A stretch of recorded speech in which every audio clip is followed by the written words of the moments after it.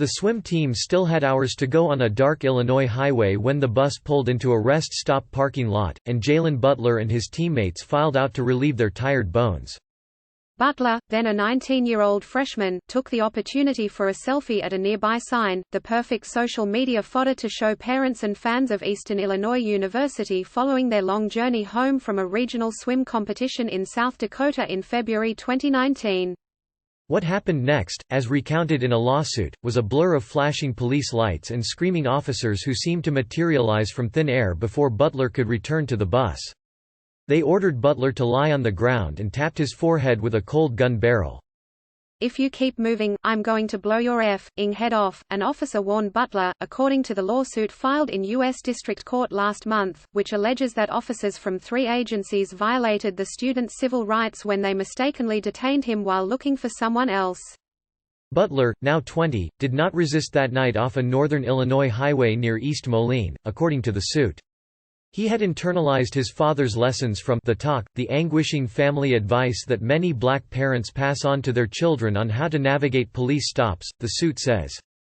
As soon as he saw the officers pull up, he put his hands in the air, let go of his cell phone and dropped to his knees, said Rachel Murphy, one of his attorneys at the American Civil Liberties Union of Illinois, which filed the suit. "I imagine it was confusing and frightening," Murphy told The Washington Post on Saturday. "He was just trying to get out alive." As many as 6 officers took part in the incident, which occurred after police mistook him for a suspect at large in the area. At least one officer jammed a knee into Butler's neck, and at least one pressed onto his neck while he lay face down in the snow, Murphy said. Todd Slingerland, the driver, said there was police activity a couple miles from the rest stop.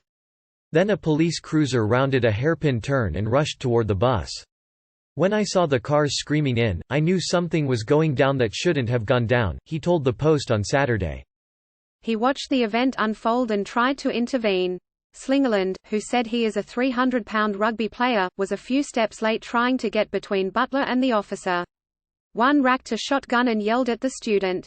"I would not have hesitated to tackle him," he said.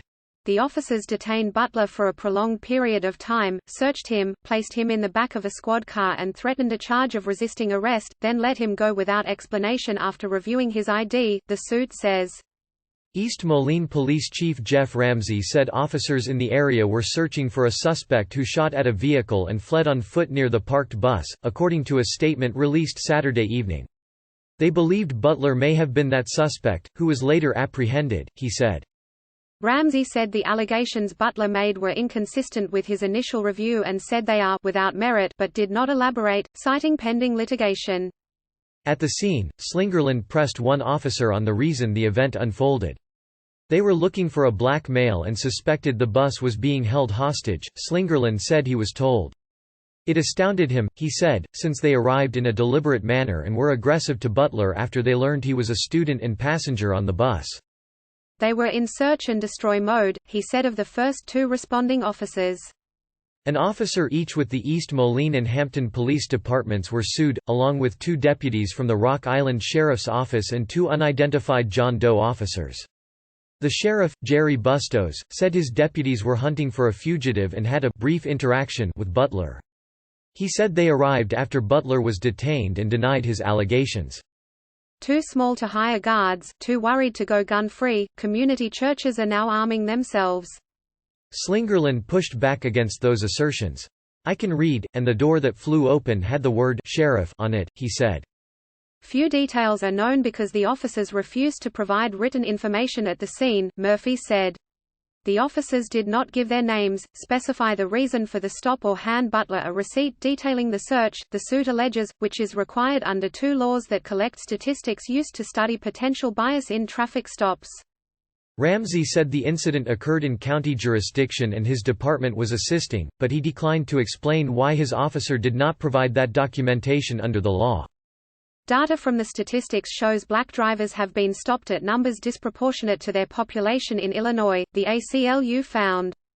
Freedom of Information Act requests revealed the names of Rock Island Sheriff's deputies Jack Esquini and Jason Pena, East Moline officer Travis Stays, and Hampton officer Ethan Bush as involved in the incident, Murphy said.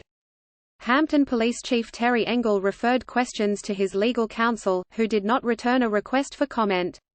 Rock Island County State's Attorney Dora Villarreal did not return a request for comment. Butler is seeking unspecified damages in the suit, which is aiming at accountability of the officers involved, Murphy said. The consequences have lingered for Butler, Murphy said. The incident made it difficult for him to focus on his business management studies, and he has sought counseling to help deal with the effects. He's a really strong person, she said. He's learning how to handle something traumatizing like this. It's something he's definitely going to be dealing with for a while. This story has been updated.